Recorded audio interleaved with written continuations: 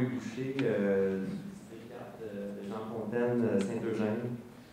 On parlait juste avant moi, l'autre personne avant moi, on parlait de coco, de chasse au coco de Pâques, mais moi je ne viens pas de vous parler de coco de Pâques.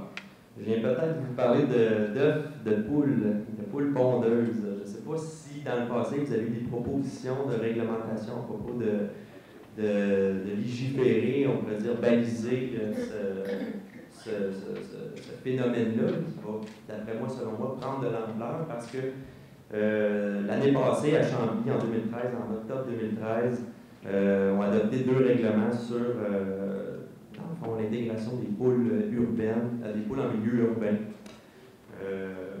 Donc, c'est ça ma question, c'est avez-vous une certaine ouverture d'esprit qui permettrait d'adopter des règlements là-dessus? Personnellement, moi j'adore les animaux, mais je suis mal placé. J'ai probablement que ça bouge, je suis en trop de bonheur. Peut-être que les voisins vont se plaindre un peu, mais honnêtement, il faudra regarder. Honnêtement, je sais que ça existe. Dans certaines villes, mais la façon de mon DG, mais sérieusement, c'est une bonne question, on va s'y pencher.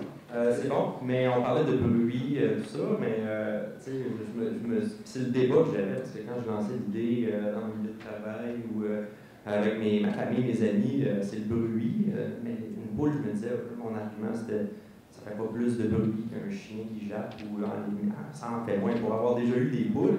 Et je connais des personnes qui en ont des poules présentement, on pourrait dire dans toute l'illégalité, parce que il n'y a aucune réglementation qui va encadrer tout ça, là. Donc, certaines personnes en ont, et de ma famille, et ça, les voisins immédiats, là, parfois ça leur a pris 1 an de remarquer qu'il y avait présence de 2 poules. T'sais, si je mettons, juste pour parler un petit peu de la réglementation qui est adoptée à Chambly, ce qui empêche en même temps une certaine problématique là, de plainte entre les voisins. C'est, les 2 réglementations, c'est qu'ils doivent demander un permis pour avoir les poules, permis également pour construire un enclos. Donc les poules, c'est un minimum là, de 2 à 5, maximum 5.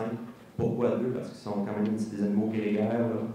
Donc c'est ça, c'est de 2 à 5. Ils doivent rester dans l'enclos d'une certaine longueur, à peu près comme les cabanons, là, donc placés à une certaine distance, puis doivent avoir une certaine grandeur selon le nombre de poules. En tout cas, puis je lisais justement des articles que j'ai d'ailleurs, si je peux, je pense que Mme Rivière, que je vais lui donner ça. Donc des articles qui ont été pris du journal local de Chambly, ainsi que des sites internet qui proposent un peu comment déterminer, comment baliser tout ça, là, ces animaux-là, qui en même temps procurent il y a un certain apport écologique, là, parce que ça peut, pour ceux qui ne font pas de compost, les poules permettent d'éliminer jusqu'à, selon les informations, 150 kilogrammes de compost par année, donc de matière d'épluchure, de carottes, des fruits, des choses comme ça.